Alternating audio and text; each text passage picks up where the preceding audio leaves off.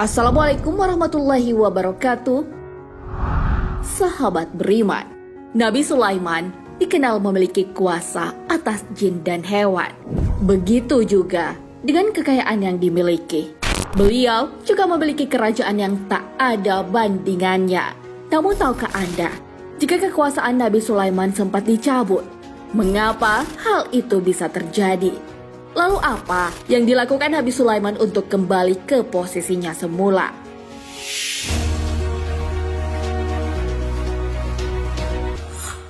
Kisah dicabutnya kekuasaan Nabi Sulaiman diabadikan dalam kitab Badi'uz Zuhur fi Waqa'id Zuhur, karya Muhammad bin Ahmad Al-Hanafi.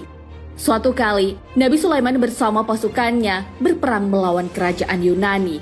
Beliau pun memenangkan peperangan itu. Di antara tawanan perang dari Yunani itu, terdapat seorang gadis rupawan yang memikat hati Nabi Sulaiman. Beliau pun mempersunting gadis tersebut. Suatu hari, si gadis terlihat tak baik-baik saja. Lalu Nabi Sulaiman pun bertanya, "Apa yang sedang engkau pikirkan, wahai istriku?" Ternyata, sang istri teringat ayahnya yang sudah tiada. Oleh karena itu, ia meminta suaminya menyuruh jin untuk membuatkan patung yang mirip dengan ayahnya. Hal itu dimaksudkan agar kesedihan sang istri hilang. Karena kasih sayang terhadap istrinya, Nabi Sulaiman mengabulkan permintaan itu. Beliau pun memberi perintah kepada jin Ifrit yang bernama Shah Al-Marid untuk membuat patung. Jin itu pun melaksanakan tugas dengan sebaik-baiknya. Sepeninggal Nabi Sulaiman dan tentaranya, istrinya dan para tawanan wanita lainnya pun menyembah patung itu. Hal ini berlangsung selama 40 hari. Nabi Sulaiman tak mengetahui hal tersebut. Namun wakil kerajaan Nabi Sulaiman mengetahuinya. Ia bernama Asyif bin Berkaya. Asyif ini juga sering memberikan nasihat kepada Bani Israel. Jika ia menyebutkan nama-nama Nabi dan nasihatnya, ia memujinya. Namun, lain halnya jika menyebut nama Nabi Sulaiman. Tak ada pujian untuk beliau. Hal ini pun terasa janggal bagi Nabi Sulaiman. Seusai memberikan nasihat, Nabi Sulaiman menghampiri Asyif bin Berkaya. Beliau bertanya, "Kenapa kamu tak menyebutkanku bersama deretan orang-orang yang kau sebutkan tadi?" Asyif lalu menjawab, "Bagaimana mungkin aku menyebutkanmu bersama mereka? Karena di rumahmu sendiri ada patung yang disembah selama 40 hari. Kamu buat patung itu dengan perintah kepada jin Syakar Al-Marid hanya untuk memenuhi permintaan seorang wanita." Mengetahui hal itu, Nabi Sulaiman lalu memberi perintah kepada pasukannya untuk menghancurkan patung tersebut. Gadis yang dinikahinya pun dihukum atas kesalahannya. Kemudian, Nabi Sulaiman masuk ke dalam ruang ibadahnya. Beliau menangisi kehilafannya.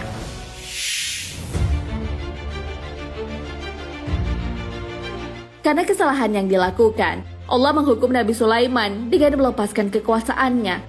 Hal itu berlangsung sama persis dengan waktu penyembahan berhala, yaitu 40 hari. Hal ini membuat Nabi Sulaiman bertaubat karena menggunakan kekuatan jin bukan untuk tujuan dakwah. Selama 40 hari itu, beliau menjadi nelayan untuk mendapatkan makan di lautan. Namun, masyarakatnya tak mengetahui hal tersebut. Dalam kitab tafsir Al-Wajiz, disebutkan bahwa kerajaan Nabi Sulaiman juga pernah dirempas oleh jin. Hal ini karena ia menikahi seorang wanita yang menyembah berhala. Kendali atas kerajaan Nabi Sulaiman terdapat di sebuah cincin. Cincin itu pernah jatuh ke tangan jin yang menyerupai beliau. Nabi Sulaiman pun muncul dan melihat telah ada yang duduk di singgasananya. Beliau pun mengatakan bahwa beliaulah Nabi Sulaiman. Namun orang-orang tak percaya. Pada akhirnya, beliau bisa mendapatkan singgasananya kembali dengan merebut cincinnya.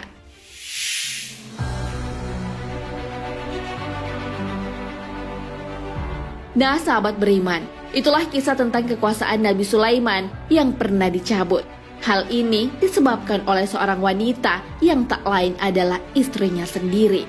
Tak hanya itu, kerajaan beliau juga pernah dirampas oleh jin yang sengaja menyerupai beliau. Tentu saja hal itu terjadi atas kuasa Allah Subhanahu wa Ta'ala. Dia mengetahui semua yang terjadi. Hal ini sudah disebutkan dalam kitab suci Al-Quran. Dialah yang menciptakan langit dan bumi dalam 6 masa.